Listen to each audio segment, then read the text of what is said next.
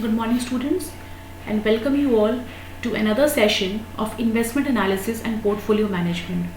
In this session, we are going to discuss one another topic of Unit 2, which is fundamental analysis.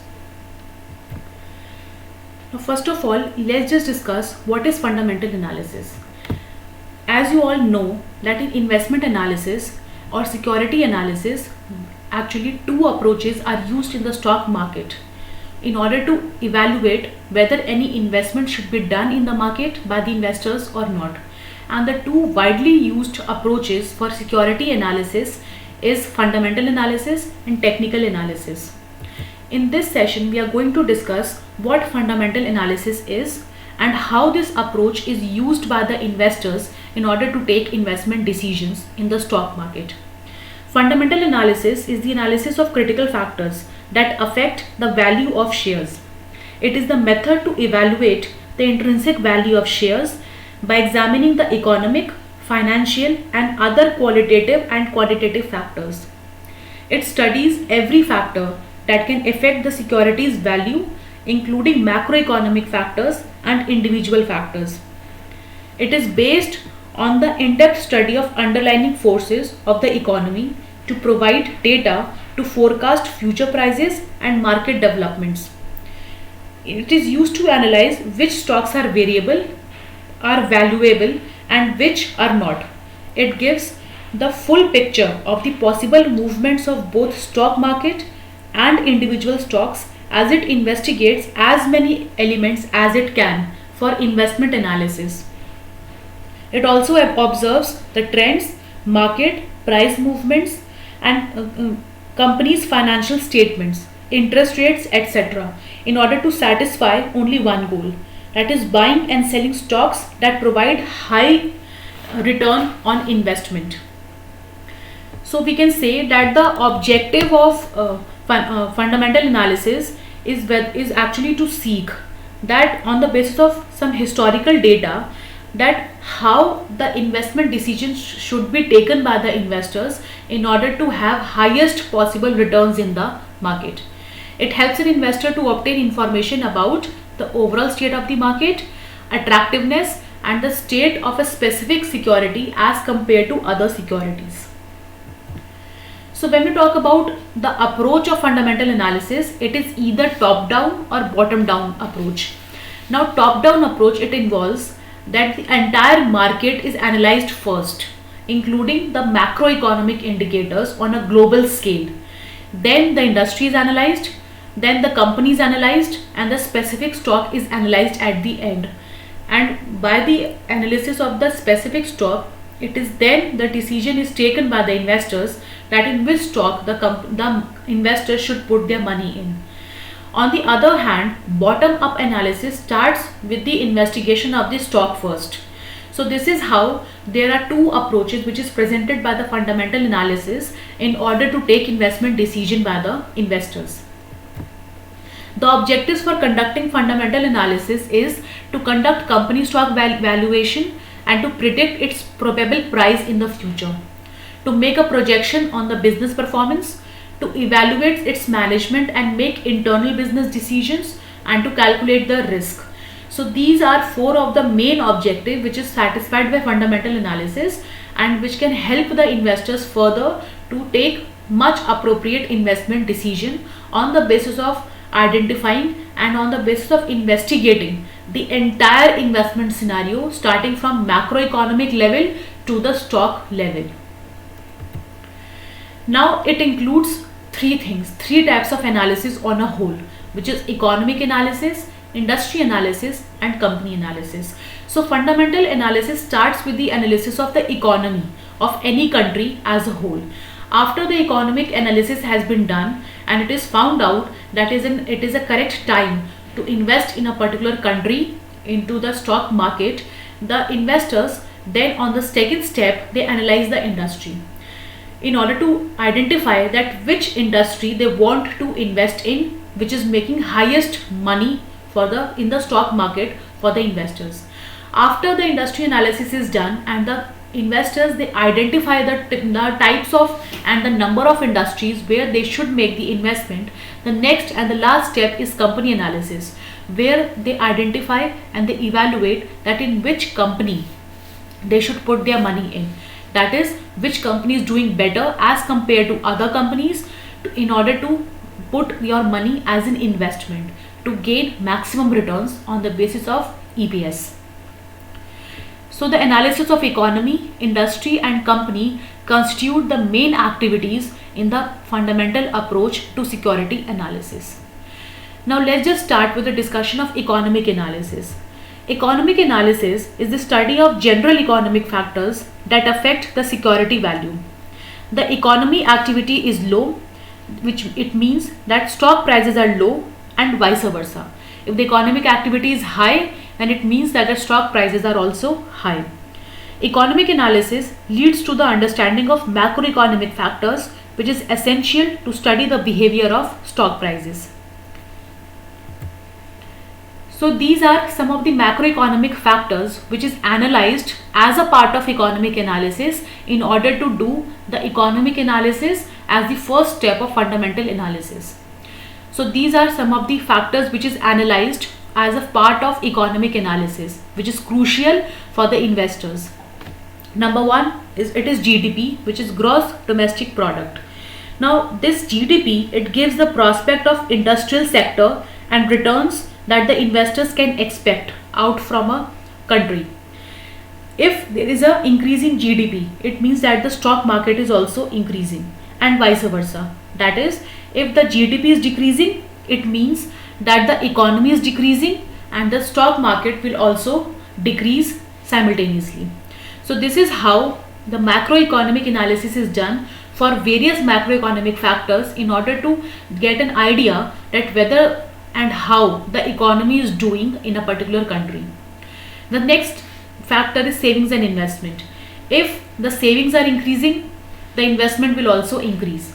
If investment increase, production increases, demand and supply increases, there is better prices of the product, the profit of the firm increases, and therefore the stock market will also increase, and vice versa. That is, if the savings will decrease for a particular investor, then the investor will not have money to invest in the market.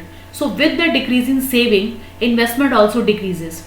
When investment decreases, then the company will not receive borrowings from the investors, and so the production will decrease, demand will decrease, supply decreases, the prices of the product also increases, the profit falls, and therefore the stock market also decreases. So this is how the following macroeconomic factors are studied in order to take an idea that how the economy is doing for a country. Next is inflation. When there is increase in inflation, the stock market decreases, because inflation results in high cost of raw material and non-availability of cheap credit due to rise in the interest rates, which results in low earnings. Similarly, low earnings will lead to low stock prices and lower stock market, and vice versa. Next is interest rates. When interest rate decreases, there is a low cost of finance and the profitability increases. So more availability of funds will be available to the brokers. It will be lead to an increase in speculation, which will result in the increase of stock prices, and simultaneously the stock market will also increase, and vice versa. Next is interest rates. If we talk about interest rates, so interest rates, as in when the interest rate decreases, the cost also decreases for the finance, and the profitability also increases. Stock market basically increases due to increase in the profitability of the companies. Budget and fiscal deficit. When we talk about budget and fiscal deficit, it also has an impact on the investment decision making. Balanced budget should be there in a company, in a country. If the budget provides the account of government revenues and expenditure, so deficit budget will lead to inflation, and surplus budget will lead to deflation. The fiscal deficit is actually the government expenditure when it exceeds the revenue. So if capital expenditure increases, it is a good sign, as it occurs due to the capital expenditure, which means that it is an increase in the production capacity of the economy. For example, infrastructure development can stimulate private investments. Similarly, if revenue expenditure is there and it is high, then it is not conducive to the economic growth, like interest payments, subsidies, etc., as they are unproductive in nature. So when we talk about budget and fiscal deficit, it is very very important to understand from the point of view of investors, that whether this deficit is due to capital expenditure or it is due to revenue expenditure. If it is due to capital expenditure, then it is a good sign for the economy, because capital expenditure is a kind of long term investment. But on the other hand, if there is revenue expenditure, then the investment should not be made by the investors, because revenue expenditures are unproductive in nature. Tax structure. Increase in taxes leads to decrease in investment, because increase in tax structure will result in lower savings of the individual, and lower savings lead to lower investment, and therefore the stock market will also go down. Then the next is balance of payment. Balance of payment is the difference between receipts and payments that may be surplus or deficit. It is a measure of strength of the rupee on external account. So if there is a deficit in the balance of payment, so it means that the rupee depreciates against other currencies. The cost of import increases, industries involved in expansion and imports are affected. Volatility in the foreign exchange rates are there, which affects the stock market. But on the other hand, if the BOP is favorable, then it leads to increase in stock market. The next factor is foreign direct investment. If there is an increase in FDI, it leads to increase in economic growth and increase in stock market. Similarly, if there is a decrease in FDI, there will be decrease in capital inflow, decrease in economic growth and decrease in the stock market. Next is FIIs. If there is outflow of FIIs, it leads to decrease in stock market and vice versa. Next is international economic conditions. The worldwide economies are interdependent upon each other, and that is why they have an impact on the macroeconomic factors of a country. For example, subprime crisis in US had an impact on India and other economies as well. So therefore, it is very very important to understand the international economic conditions as well while having a macroeconomic factor analysis. So if there is a recession in the economy, it will lead to lower economic activities, lower economic conditions, which will lead to lower stock market. Business cycle and investor psychology. There are 4 stages of business cycle: boom, recession, depression and recovery. So in order to understand and to analyze the business cycle, the investor need to find out that in which phase of the cycle the economy is currently in. If there is a boom period, then there will be an increase in the economic activity, increase in the GDP, increase in profit and increase in stock market. Similarly, if there is a recession period, that the company will fail to achieve the profits, then there will be lower economic growth and the stock market will also decline. Similarly, if there is a period of depression in the economy, then the fear will be there in the market. The recession will become depression and there will be a decrease in the additional growth rates. There will be increase in unemployment, decrease in investors' confidence, which will lead to a decline in the stock market. And when the economy is in the recovery phase, so in that phase what happens is optimism returns to the market. So investors, they start investing. So whenever the investors will start investing in the market after depression, the stock market will move up. So therefore, in order to analyze the business cycle, the investors, they need to analyze all the 4 stages of the business cycle to better understand that the economy is which phase of the business cycle to take investment decision. Next is monsoon and agriculture. Good monsoon leads to increase in agriculture activities. It will lead to increase in industrial growth, increase in the demand of the raw materials and increase in the production possibilities, which will lead to increased profitability, increased stock market. On the other hand, if there is bad monsoon in a particular country in a particular period, in that case there will be decrease in agriculture, which will further have an impact on the stock market. The stock market will also go down. Next is infrastructure.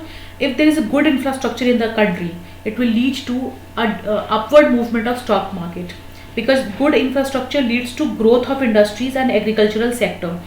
It will lead to regular supply of energy without power cuts, and enhanced production will be there. So in this case, if the infrastructure facility is good in the country, the stock market will always flourish, and vice versa. And the last factor is demographic factors, which is increase in population, increase in employees, increase in the demand of our product, increase in the industrial growth will be there, and stock market will also increase, because there will be increase in the skilled workforce, and increase in the population by age, education factors, etc. So demographical factors also have an impact on the stock market. If the demographic factors are of skilled laborers and of educated workforce, it will lead to more production, more growth of GDP, more economic activities. So it will lead to a growth in the stock market. Now next comes is the industry analysis. Industry analysis is another factor, another step of fundamental analysis. Industry analysis is the analysis of the entire industry, the performance, prospects, and problem of an industry. It is required as the return and risk level of industries differ from industry to industry. So therefore, industry analysis is also considered very crucial for fundamental analysis. In industry analysis, industry life cycle is analyzed by the investors, like in which stage of industry life cycle the industry is currently in order to take investment decision, like pioneer stage, rapid growth, maturity, stabilization stage, and declining stage. Pioneering stage is the stage where the demand is high, technology is low, and competition is very severe. Rapid growth stage is the stage where companies who have survived the competition in the market now have a major market growth. Technology is also high in rapid growth stage. Next is maturity or stagnation stage, where the growth rate stabilizes and the company's growth rate becomes equal to the industry's growth rate, and there is no scope of development in the present. The last stage is declining stage, that the companies is in decline stage. The demand falls even if there is economic boom in the country. So the investors here, they need to analyze that what is the current industry life cycle in order to take investment decision, because as the life cycle stages, it changes the prospect of stock market development, and the stock market upliftment also changes. So these are some of the factors which are considered by the investors in order to take investment decision. Growth of the industry, that is the past growth patterns of the industry is analyzed. Cost structure and profitability, the cost structure refers to the proportion of fixed cost and variable cost. As higher cost of production declines the profits. So if the industry has a higher fixed cost, then that industry is avoided for investment decision making. Nature of product, the demand of the product is also analyzed. Demand of both main product and end user, that is, for example, steel industry is dependent upon the construction industry. So here the product, the nature of product is analyzed of the main product as well as the end user and the end user product in order to take investment decision. Nature of competition is the market share of the company. Government policy, the extent of interferences and influence of government policy on the company is analyzed. If the industry has major and severe government interferences, in that case that industry is not shortlisted for investment purposes. For example, sugar industry. Then labor composition is also analyzed. Example, that is textile industry have militant type of trade unions. Frequent lockouts and strikes happens, and therefore it hampers the production possibility and profits of textile company industries. So in this case, such industries should also be avoided for investment decisions. Then R&D, companies dependent upon R&D should have active R&D to meet the requirement of environment and to sustain the position in the market. So this is also one of the major factor for industry analysis, that if the industry is R&D based, then the industry should meet all the criteria for R&D. Otherwise, such industries which are R&D dependent and which are not focusing upon R&D, the investors should avoid such industries for investment decision. So these are the analytical tools for industry analysis: SWOT analysis and for Porter's 5 forces model. These two analysis model are used by the investors in order to analyze the industry and carry on with the in-depth analysis for the industry in order to shortlist the industries for investment decision making. Next is the company analysis, which is the last stage of fundamental analysis. In this particular type of analysis, the company, investors, they try to analyze the company on a whole in order to shortlist the company for investment purposes. So basically, in order to take a decision, that is buying the share at a low price and selling the share at a high price, it involves company analysis. So this company analysis leads and helps the investors to shortlist the company where they have to where they should put their money in order to make their investments better, in order to take and reap much more returns on the basis of company analysis. So company analysis is undertaken into two categories: on the basis of qualitative factors and on the basis of quantitative factors. Qualitative factors are the factors which are non-quantifiable. For example, business model, the evaluation and the analysis of management, corporate governance and corporate culture. So these are some of the 4 factors which are undertaken, which are analyzed as a part of qualitative factors, because these factors also have an impact on the profitability of the organization.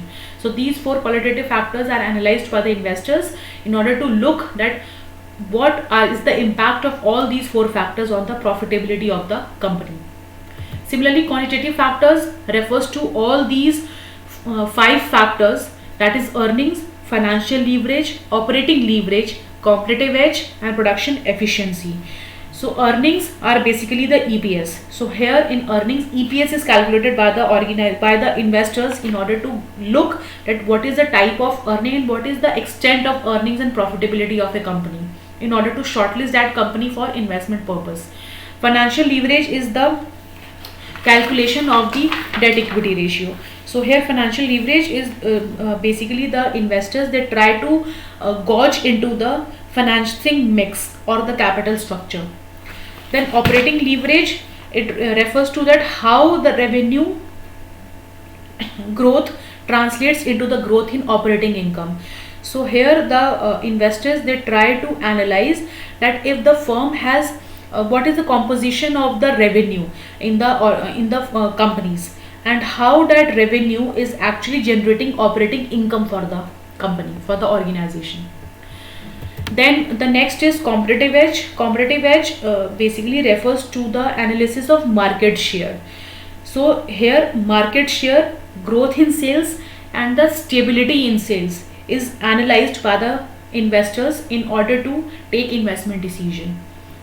Then last one is production efficiency. Production efficiency includes the analysis of the production capacity and how the efficient the company is in its manufacturing process. If the company will be efficient enough, the manufacturing process, the more profitability the company will be generating in the future. So this is the one of the factor which is again analyzed as a part of quantitative factors by the investors. So on the basis of these 2 factors, that is the qualitative factors and quantitative factors, company analysis is undertaken by the investors for investment decision making. So in order to conclude, in the end, I would like to conclude the session by saying that when we talk about fundamental analysis, it is first of all one of the crucial tools, and it is most widely and most common tools for investment decision making, where 3 types of analysis are undertaken by the investors, which is the economic analysis, industry analysis and company analysis, in order to take better investment decisions on the part of the investors. Thank you.